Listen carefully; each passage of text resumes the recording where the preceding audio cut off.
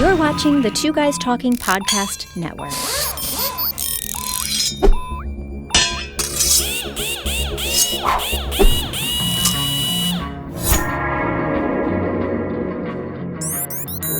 You spend hours preparing your podcast, nay, days, weeks, perhaps.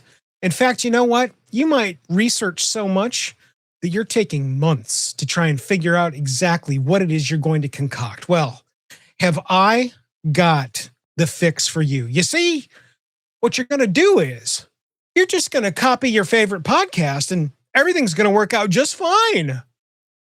Or is it? That's the focus of this episode of the Podcast Gauntlet, where we throw down, discuss, rise, and shine in podcasting. Greetings, everybody. I'm Mike Wilkerson, one of your hosts. And I'm Brian Ensminger, the other one of your hosts. Brian, I am so glad that we can connect tonight to talk about this because especially as I have started delving into programming that just simply requires more research, there's 2 or 3 clients that have picked up that it's not specifically my research, but it's research that they are waiting on. And so they're on schedule to be inside the studio, but we're scheduling them based on their completion of collection and putting in place of research to then come in and speak to guests that they are soliciting either remotely or bringing into the studio. And so I've got the scoop on both ways because I have literally, not unlike this show, wink, wink, nudge, nudge, got the scoop on, okay, so let's hit the record button. What's the topic? And let's roll. But I've also done it in between where I have concocted what is essentially a good, solid, originally I write the paragraph or a couple of paragraphs, lead in to whatever it is we're talking about and begin, along with a skeleton of whatever the program is. And then there are those others, in particular, some of the whatcopswatch.com stuff that I do where I have either guests in where there's something concocted because they've asked for it. I don't traditionally do that. And if there is something concocted, I don't typically share it either because the spontaneity is why programs like the ones that I've concocted for 21 years now, I think work. I'm not a big fan of reading paragraphs of information for an entire show. It feels like you're dropping into the middle of a book that's being read by somebody because there's a difference between running through a paragraph that you've written and it sounds like you're speaking. And then there's somebody that is literally reading every single word that they wrote and you can tell.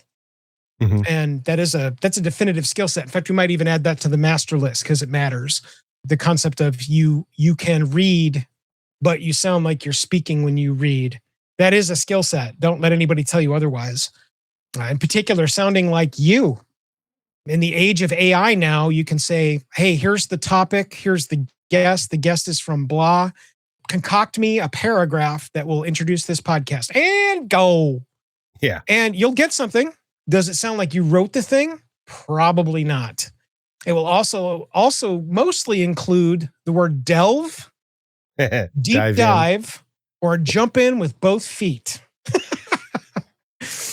Which is just if that and like spelling words wrong instead of imagery isn't like the club foot of everything AI. It's nauseating. Anyway, back to the main topic. Brian, what do you think of copying your favorite show so that it will be exactly what you want and you'll succeed? I mean, on one level, I'm kind of conflicted because I see the value in having a framework for your show.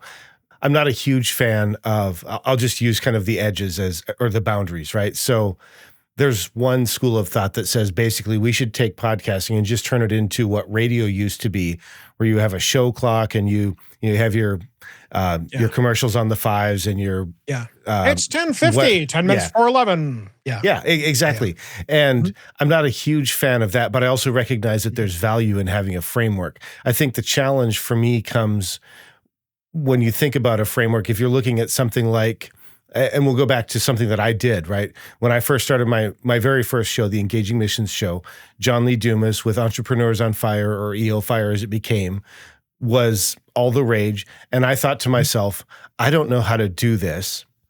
I can probably take his framework and at least work with it until I get my feet under me. Yeah. And so and for those that aren't familiar, Entrepreneurs on Fire, EO Fire, that format was essentially there's 10 questions that you're going to ask every guest that you have come in, and essentially rinse and repeat with whatever their answers are. And now you make your library, and now you are a successful, oh my God, podcaster. Yeah. And that, it worked because it got me started. It didn't help me get to where I wanted to go necessarily, but it got me down on the journey. So on that level, I'm going, okay, that can work. However, if you take the flip side and you just say, okay, I'm going to find a show, pick whatever big show that there is right now, because there are a variety of them that are all different formats, and I'm going to copy their format and I will be successful like they are. Probably not. Probably because there are almost always the part that you can see is just the tip of the iceberg. You might be seeing the framework that they're working with, but what you don't see is all of the work that goes on behind the scenes. You don't see the team that they may or may not have working with them. You don't see the years of reps that they put in. You don't see that they chose that format because it works for the way they think or their specific audience, all of that kind of stuff. So I don't have an issue with frameworks. I think frameworks are valuable and can be very, very helpful. But I don't think that choosing a framework will make you successful. Like I said, it may help you get started. It did me. The framework for this show, a little more loose. It works for us and where we are in our lives right now in our, I'll call them careers, because both of us have a few hundred episodes under our belts, and most of the time we can speak coherently. Maybe not me tonight, but it happens. But we have a little bit more freedom. But that doesn't mean there's not a framework. If you go back and listen to the episodes, even though there's not something written down, you'll find that we've fallen into a rhythm that works for us and works for our show. Yeah. I was just talking to a former co-host of mine, Tony from the 24 podcast, my original 24 podcast, not the one that I've relaunched recently. And inside that original program, Tony was my original tennis match player, right? We would both watch the television series episode on Monday. We'd either get together on that Monday evening, later that evening, and record it, or we would wait until the next evening and record it. And then we had until Thursday evening to hone down / edit the podcast and then release it so that the audience could have Friday, Saturday, and then Sunday before the next episode of the television program was out. And so that cadence of making that happen and how we did it was dictated because of a weekly schedule that is completely inflexible. There isn't where we can go to the television network and go, oh, excuse me, would you mind putting it off 2 or 3 days? I've got the sniffles. Sorry. Yeah. And so it had to be done. Now, were there a couple of times we missed? Absolutely. Did we hear from the audience? You bet your ass we did. And it was fun at the beginning where the clamor, and then the fun of them wanting it because it's either late or, my God, when am I going to listen to it because I got to watch the next episode? That's all fun on the front end. It's not so fun on the back end when you've got this mega work project and the work part and you just simply don't have the time to manufacture the edit of the podcast. And again, this was super early, Two Guys Talking. So there was no editor core. There was no staff of editors. There was no magnificent Brian on the other end of, say, this program here, editing the glory. However, again, that format worked for us perfectly. It worked for 24 straight weeks during a year, which if any of you have done anything for 24 straight weeks, that is a lot of focus. That is not trivial. And guys, again, this is weekly. This is a weekly television program. So except for maybe if there was a bridge for a national holiday and they skipped it in a week, or something inside the election cycle, or something that is going to bump a television show on national television, we were on. There weren't any options. And so it was very demanding, and having that early for us really did help us because it was the grind, and there is no option to the grind. The option of, well, I just don't feel like it tonight. Okay, well, we can't really do that. So do you want to get after this or not? That was the first dictate of what we had. The next thing that we had was essentially talking about movies. And that's where Tony or anybody else that I would invite on, we would have them on. And there is a skeleton. And the skeleton is there's an opening, very much like this program. And then there is a series of bullet points inside the skeleton. And then I pack on a little bit of meat and use them as bullet points. And then we start the record button and run through the segments. Somewhere floating in the middle is a push to break. Push to break is where we usually grab the host and the co-host and any guests that we have, the IDs. So you're listening to the Podcast Gauntlet on the Two Guys Talking Podcast Network, running through each of those people. So you got those voices along with whatever else we need them to say during the episode. Then we push back into the second half of the program. Then we push to close, and then we stop the recording, and then the recording process works. So there's a little bit more structure for things like that. Mm-hmm. But that was the structure that I operated almost every single thing, including podcasts where someone would come on across the board, because it was working. It was also very easy to assign it to editors when I started up the editor core. And that is the magic. It becomes an engine and a cycle so that you get into something that's comfortable. Hopefully there's something inside of it that's helping you either monetize it or craft a library that you can point back to as your legacy so that there's some grand overarching value for what you're doing. And that's what helps keep you going. I grabbed none of that from anybody. That's just something I divined sitting in front of a computer screen. There was nobody else, especially the 24 podcast. The most recent iteration of the 24 podcast, nobody does a show like the show that Joseph and I do. And I'm not tooting my own horn. It's a monumental mountain of work. I mean, like, seriously. When I first started meeting with Joseph Hodges, the production designer from 24, and I said, hey, we're going to meet weekly and we're going to do a 24 podcast. He's like, oh, I'd love that. That'd be great, mate. And so we did. And what I didn't realize was that the work that I was doing in 1 week, just watching a television show, not speaking with someone that can speak for a couple of hours at a time, I had no idea what kind of a monster I had created. And I'm totally appreciative of the monster because it's unlike anything else that you'll ever go and see. But all of those things were just divined by me. It's not we're going to go to that show there. That's what we're going to copy right there. Mm. I think the last nugget that I think that I really like and I exemplify to a variety of people locally is the concept of the gauntlet. Brian and I created this program on an idea that I had, my God, is it now 4-5 years ago, Brian? Probably. I think we're approaching 5 years. Probably close. And yeah. five years ago, I knew what I wanted. I wanted there to be a topic. I knew that I wanted there to be snark inside of the front end, not because I'm a snarky person, but because I wanted the snark to hook somebody's attention span. And the one that I gravitated towards instantaneously was your episode must be 27 minutes long or you will fail. Yep. And I remember bringing that and a series of other topics to Brian directly. And I go, the format is essentially this. There is that small entry. There is that piece of snark on the top of the episode. We introduce ourselves, and then it is literally a tennis match for as long as we want. I'd like to try to approach between 20 and 30 minutes. If we get shorter in a shorter period of time because there's not much to talk about, it really doesn't make any difference. Knowing the way that Brian and I speak and banter, though, and inside of a tennis match, like this episode, it's worked out perfectly. Have we had episodes that have been a little bit longer? Absolutely. Especially the ones where Brian and I are tapping into topics that we are definitely passionate about. And I love those episodes, Brian. I always, whatever program I point to, and I don't think I've ever told you this in a program, but I'm telling you this now because I have told to you personally. This program fuels me. This concept of the gauntlet where we throw down, we discuss, we all rise with the information and then shine in whatever it is, fuels me. It gives me the fizz. It allows me to express my thoughts to someone else that I know is going to express something else, who, by the way, doesn't always agree with me. I've always been a fan of being able to share ideas with somebody and then just listen to what they're going to say. And if it's something different, I almost enjoy that more because I want to know their perspective that's something different than me. Yeah. Right? I mean, I think you're 100% wrong. But besides that. Shut up. I 100% agree. I love this show, particularly because we get to talk about stuff that we care about. We've talked a little bit about the structure of the show.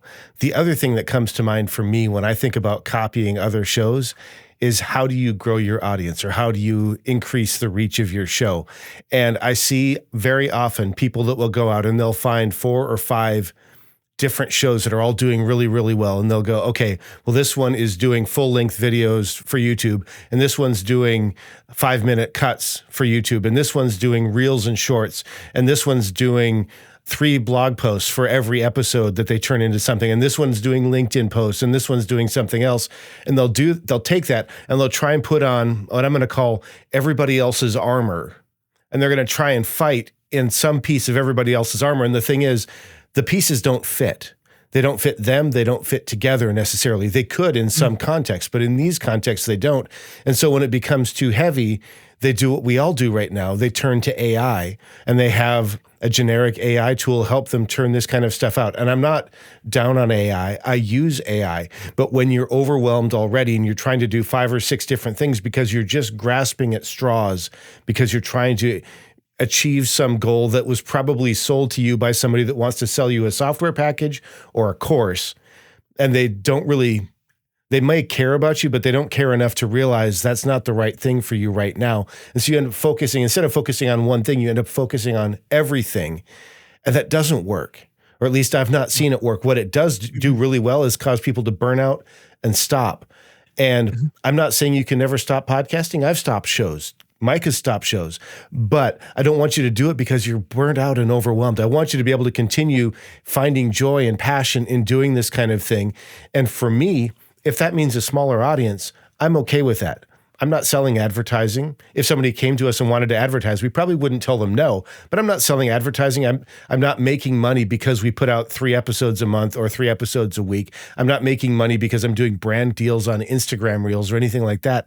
I'm doing this because I love it. And for people that are in that mode of doing this because they love it, I don't want them to stop because it becomes too much or because they realize that the 80 to 85% of the way there that an AI tool can get them is still overwhelming when you have to read 3 blog posts and re-edit four reels per week and doing all of this stuff. It's just, for many people, too much. And my encouragement is, if you want to grow or improve, find one person you trust that has enough experience to help you go, okay, this is what'll work. And I'm not recommending me necessarily. There are a number of people I could point to where I would go, I look up to that person. I look up to that person. I look up to that person. Just pick one.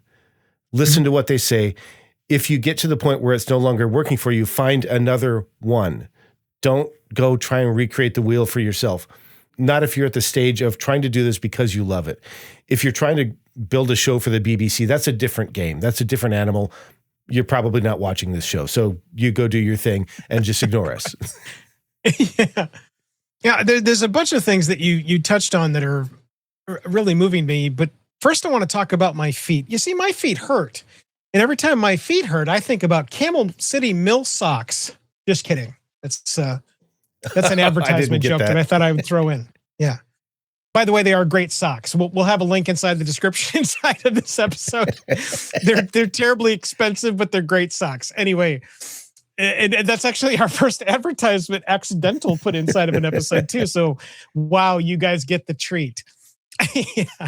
Anyway, the most important part of what Brian and I think are focusing on here is that whether you utilize something that is popular, that is a guest and a dude and a producer sitting around a table talking for 3 hours, 3.5 hours, whether it's, let's say you're a former vet, and you bring on other vets and you have a chat.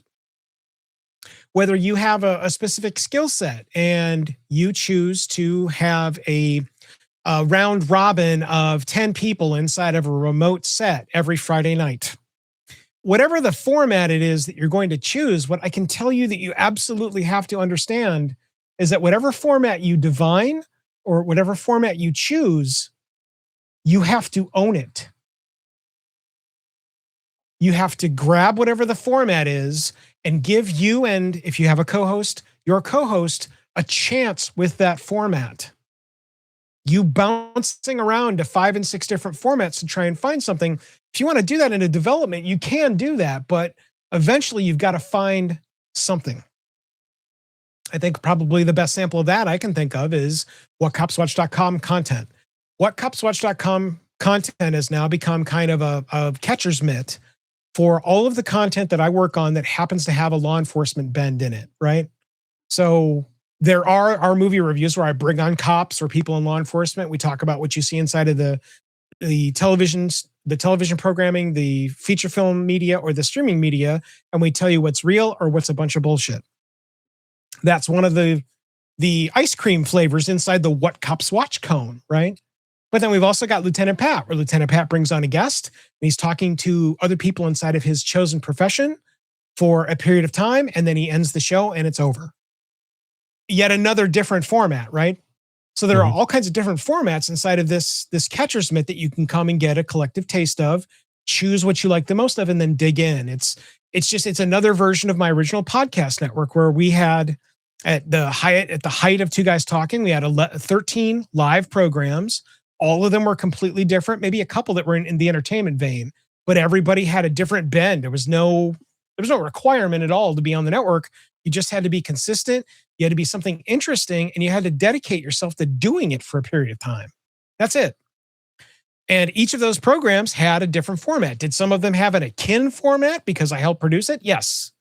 But all of those programs eventually turned out what was their own format based on the host's proclivities, the people that they were ushering on's proclivities, but most importantly, the chemistry set, very much akin to what you see with my wonderful co-host Brian and I inside of the Podcast Gauntlet. And that's where we ask you guys, who are you going to copy when it's time to get successful? Let us know down here inside of the comments. But more importantly, when you get done with all that crap, let us know what kind of format you've divined for your show. I want to hear about all of them. Again, you can do that down in the comments here inside of the video area. Otherwise, you can go over to the website over at podcastgauntlet.com, click on the contact form, and let us know what you think. I've also gotten a note from several people that you can also tap us via all of our social medias. All of the social media stuffs are listed in the description of this, but really, they're all listed in one click over at podcastgauntlet.com. Brian, got anything else before we head out? No, I think we've copied enough right now. I think so too. But there is a format that I would like to divine that I'm going to copy so we don't fail. Just kidding. Until next time, I'm Mike Wilkerson, one of your hosts. And I'm Brian, the mimeograph Ensminger, the other one of your hosts. Thanks for watching and listening, and we will see you next time. Brilliant. Brilliant!